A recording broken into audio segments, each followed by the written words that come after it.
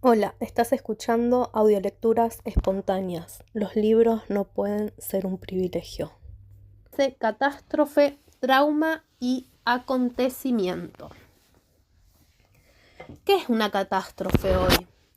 ¿Qué es una catástrofe en tiempos postestatales, neoliberales, globales? No se trata de una pregunta por la consistencia interna de una categoría, sino por una condición de afectación de la subjetividad contemporánea. ¿Qué tiene valor de catástrofe para una subjetividad postestatal, neoliberal, global? Si se trata de repensar el estatus de la noción de catástrofe, e inclusive su pertinencia para leer las marcas contemporáneas en la subjetividad, tal vez sea adecuado partir de otras dos categorías: trauma y acontecimiento. ¿Importan estos términos como modos diversos de relación con lo nuevo en condiciones estables, como formas heterogéneas de trabazón con eso que se presenta como novedad en coordenadas estables? Detengámonos en la relación que cada una de estas nociones organiza con lo real en una estructura. En cada una de las tres configuraciones, el punto de partida es el impas. Algo ocurre que no tiene lugar en esa lógica. Algo irrumpe y desestabiliza la consistencia de esa lógica.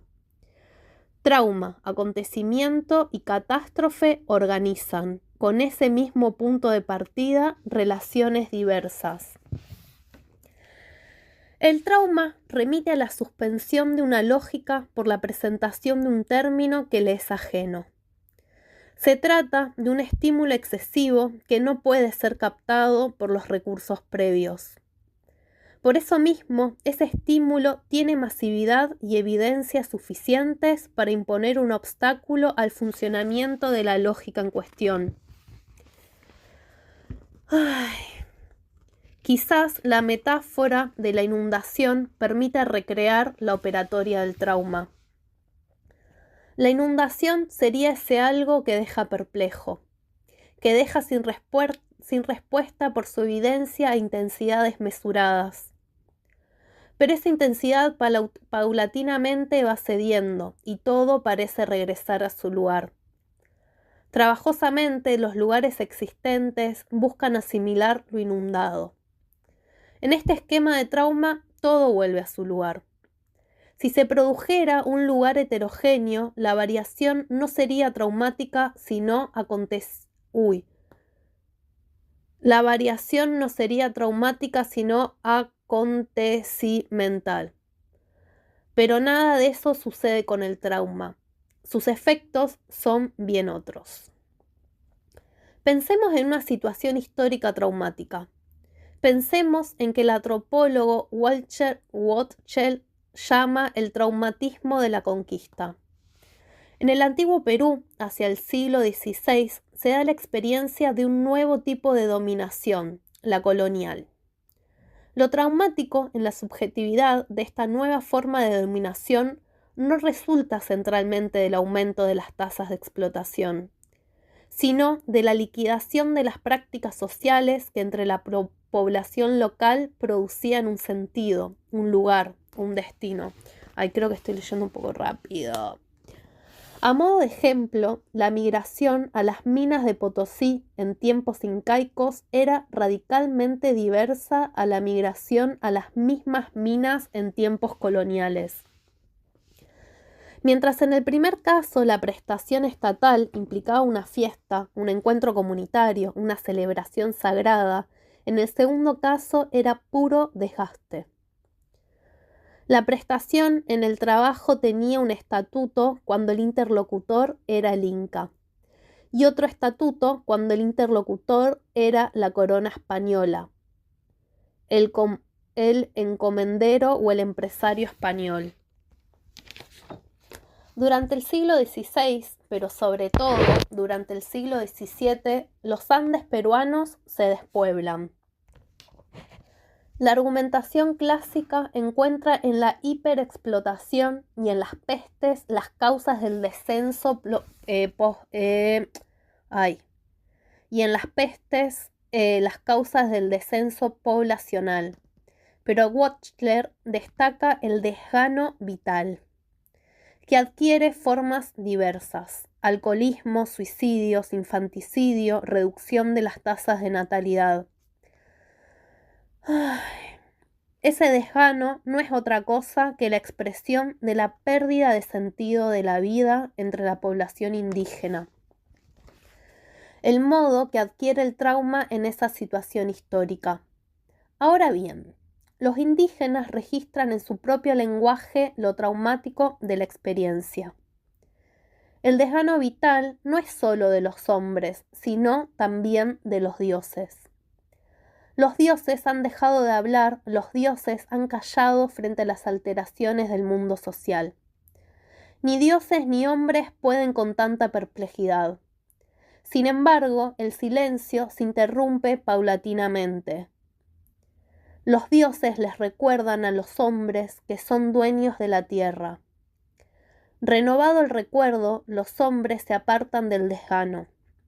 O tal vez haya que invertir el orden.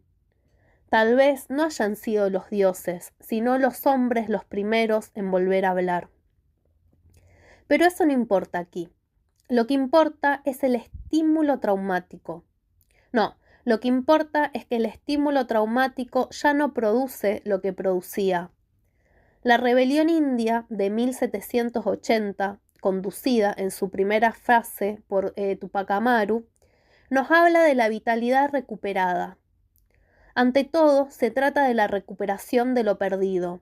Por lo menos así lo nomina el lenguaje incaico. El lenguaje inca piensa el desgano o el silencio como un impas donde la recomposición se trama significando el término extraño como invasor. No se trata de asumir la transformación que ha operado la presencia colonial.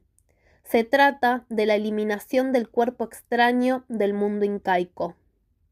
Trabajosamente, los lugares existentes buscan asimilar la invasión sin alterar la estructura previa. Finalmente, todo pretende volver a su lugar original. Se ha producido un trauma de un par de siglos. Si el trauma no supone ninguna alteración radical en el juego interno de la lógica que afecta, el acontecimiento lo exige, lo produce, lo funda. Por eso mismo, el acontecimiento requiere de una transformación subjetiva para ser tomado. En rigor, necesita de unos recursos y unas operaciones capaces de leer la novedad en su especificidad radical. El acontecimiento no se reduce a pura perplejidad frente a lo inaudito. Se trata de la capacidad de lo inaudito para transformar la configuración que ha quedado perpleja frente a él. Para una subjetividad moderna, el paradigma del acontecimiento es la revolución. La Revolución Francesa y la bolchevique implican una alteración de las rutinas vitales. Sobre esto no hay dudas, pero las dudas prosperan cuando se trata de pensar el estatus de esas rutinas alteradas. Si la revolución tiene valor de acontecimiento, no es por su espectacularidad, sino por la capacidad de exceder la serie simbólica previa. Lo decisivo de una experiencia acontecimental no es la ruptura con lo heredado, sino la tarea fiel que la revolución, burguesa o socialista, organiza con esa ruptura. Lo decisivo se juega en la producción de una subjetividad capaz de... porque es re importante esta frase. Lo decisivo se juega en la producción de una subjetividad capaz de habitar las transformaciones inauguradas por esa ruptura. ¿Qué sucede con la catástrofe? Si el trauma es concebido como impas en una lógica que pone en funcionamiento los esquemas previos, El acontecimiento como la invención de unos esquemas, otros frente a ese impas, la catástrofe, sería algo así como el retorno al no ser. Es posible pensarla como una dinámica que produce desmantelamiento sin armar otra lógica distinta, pero equivalente en su función articuladora.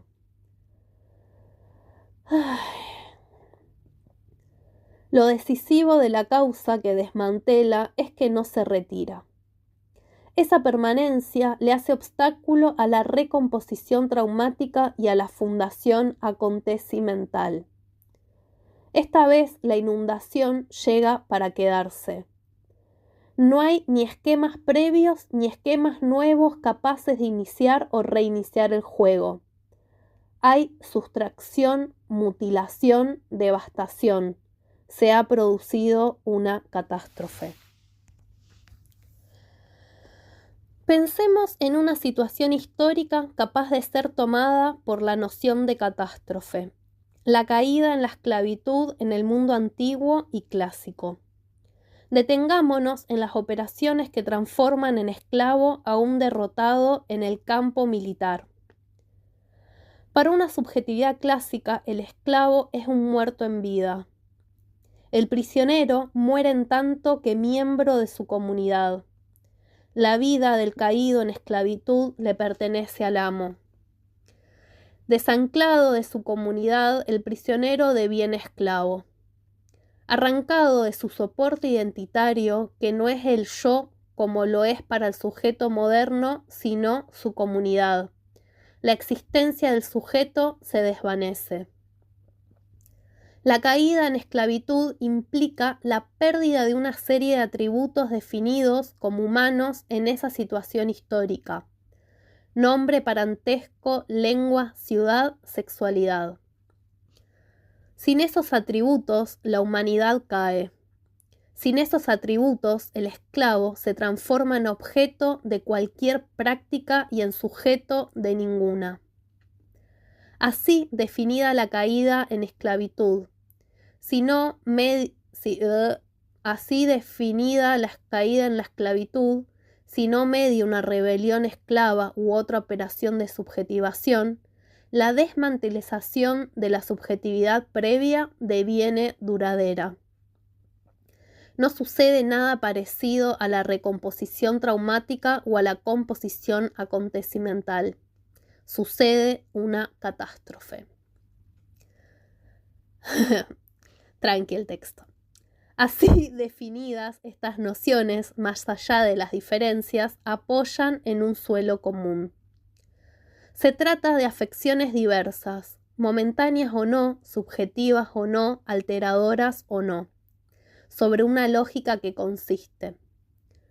En definitiva, son avatares que le suceden a una estructura. Pero esa estructura no es una invariante histórica, sino el efecto de una época. En tiempos de Estado-nación, la existencia es existencia estructural. Esto significa, entre otras cosas, que existir es sinónimo de consistencia, de uno, de estructura. El trauma, el acontecimiento y la catástrofe son afecciones que impactan sobre las estructuras de ese suelo. Ahora bien, si la dinámica social y la subjetividad ya no son estatales, es válido preguntarse por la potencia de estas nociones en otro terreno. Sobre todo cuando ese terreno ya no es consistente, sólido y estructurado, sino inconsistente, fluido e informe. Acá viene un subtítulo. La crisis en crisis.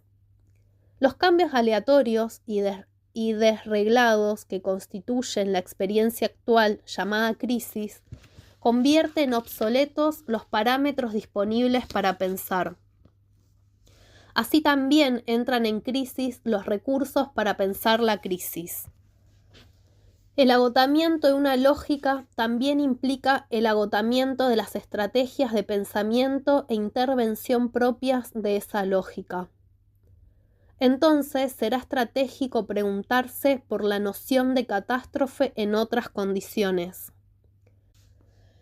En una lógica estable, la idea de catástrofe, pero también la de trauma y acontecimiento, permite pensar las irrupciones, los advenimientos, los movimientos subjetivos o no que alteran una estructura.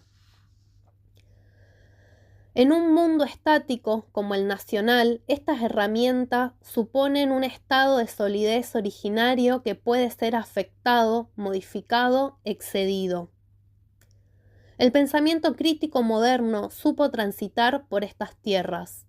Las estrategias de subjetivación subversivas se hicieron fuertes en este campo, el de la puesta en movimiento de esos instituidos que alienaban, reprimían y disciplinaban a los ciudadanos de los estados nacionales. Definido así el juego de fuerzas en el mundo moderno, el punto de partida necesariamente era uno estructurado. Sin embargo, la serie de transformaciones actuales compone otro cuadro de situación, otro juego de fuerzas. Nuestro horizonte no parece ser la solidez estatal, sino la fluidez mercantil. Nuestra era no es la era de las instituciones, sino de las destituciones. La catástrofe tampoco es lo que era. La catástrofe se altera al ritmo del cambio en la lógica social y en la subjetividad. Para un ciudadano promedio de los estados nacionales, la catástrofe era una posibilidad entre otras, un destino improbable pero posible. Para un habitante de la era neoliberal, la catástrofe es siempre su punto de partida, su ontología, su condición originaria. Si la catástrofe estatal se define como ruptura de una estructura sin constitución de otra, la catástrofe postestatal se define por la ruptura del mismo principio estructural. Implica la liquidación de cualquier noción de estabilidad. Bueno, acá tanto silencio no hubo, estoy ansiosa. La catástrofe estatal sucede en un horizonte estructural. La catástrofe postestatal transcurre en un medio fluido, disperso, imprevisto. Esta dimensión catastrófica parece ser la dimensión que instala el default por estas tierras. No es la interrupción local o general de un funcionamiento, sino la estabilización de la catástrofe como condición general y primera. Las articulaciones generales se han desvanecido, las transferencias macro se han agotado, los instituidos que ligaban se han fragmentado. Desarticuladas las condiciones generales, la catástrofe se instala como marca dominante de la subjetividad contemporánea. La catástrofe llegó para quedarse y genera modalidades de sufrimiento, condiciones, subjetividades y riesgos radicalmente otros a los de la lógica estatal. Pero aquí importa sobre todo un problema. ¿Cómo se piensa una catástrofe cuando ya no es la mera afectación de una subjetividad, sino pura regularidad? ¿Cómo se piensa la catástrofe cuando se estabiliza como marca?